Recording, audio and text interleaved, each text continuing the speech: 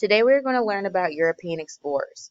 At the end of this lesson, you should be able to identify the names of explorers and conquistadors and critically think about these men's contributions to history.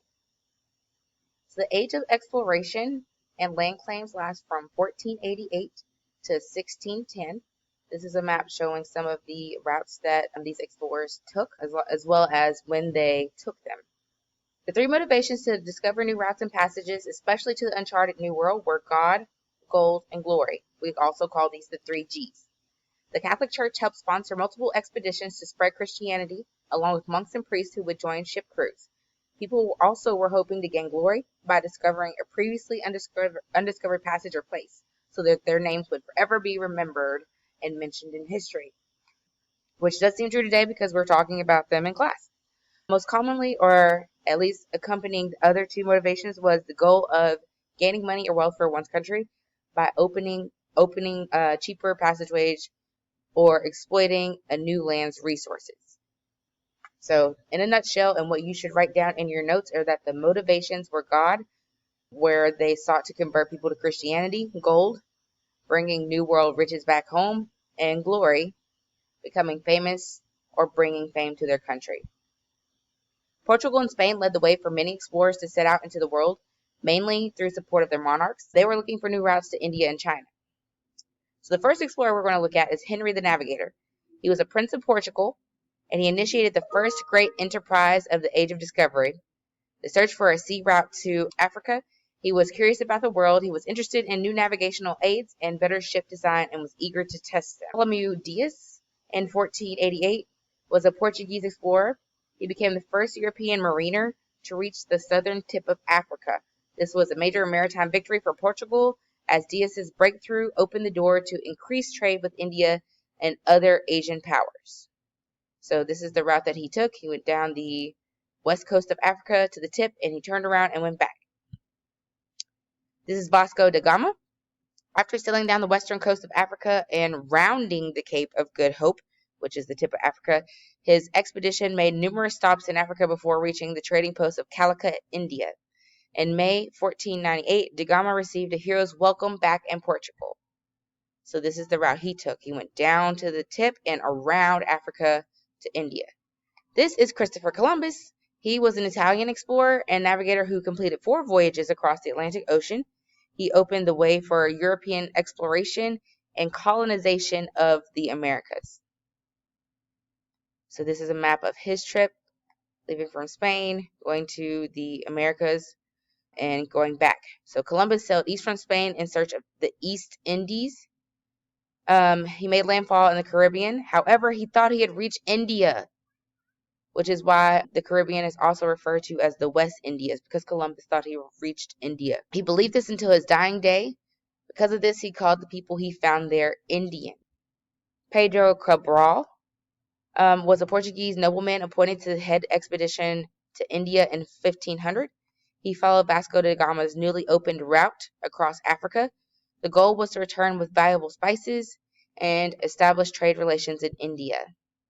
So this is the route that he took. He went to South America first, and then around the Cape of Good Hope at the tip of Africa.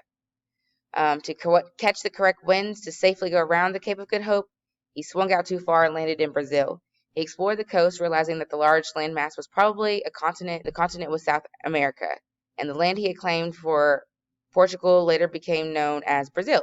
The fleet then turned eastward to resume the journey to India. So we're going to learn how Portugal and Spain divided up the lands that they were discovering in the Americas.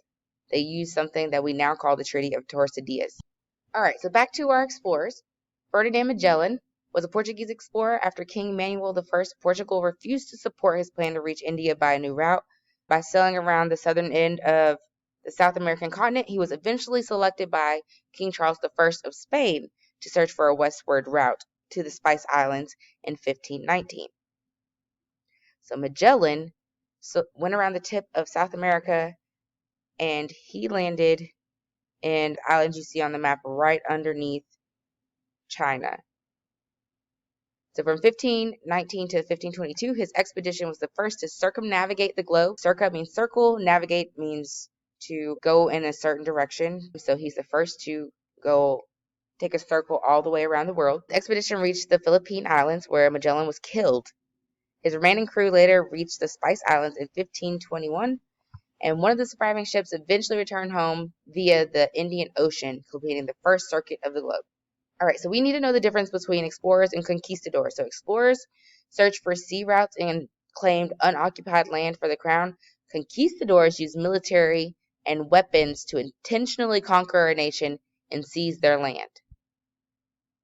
So the following are conquistadors. Hernan Cortez, which should ring a bell because he was in your lesson on the American civilizations. A Spanish conquistador who led an expedition that caused the fall of the Aztec Empire and brought large portions of what is now mainland Mexico under the rule of Spain in the early 16th century.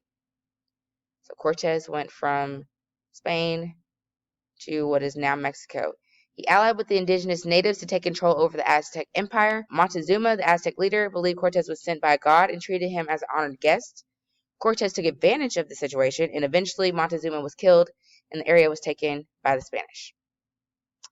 Francisco Pizarro, in 1529, obtained a permission from the Spanish crown to lead a campaign to conquer Peru. So Pizarro went to South America. When local people who lived along the coast resisted this invasion, Pizarro moved inland, so he moved further inside of South America, and founded the first Spanish settlement in Peru. Pizarro eventually captured the Incan Emperor Atahualpa in November of 1532. Pizarro charged him with various crimes and executed him in July of 1533. The same year, Pizarro entered the Inca capital of Cusco and completed his conquest of Peru.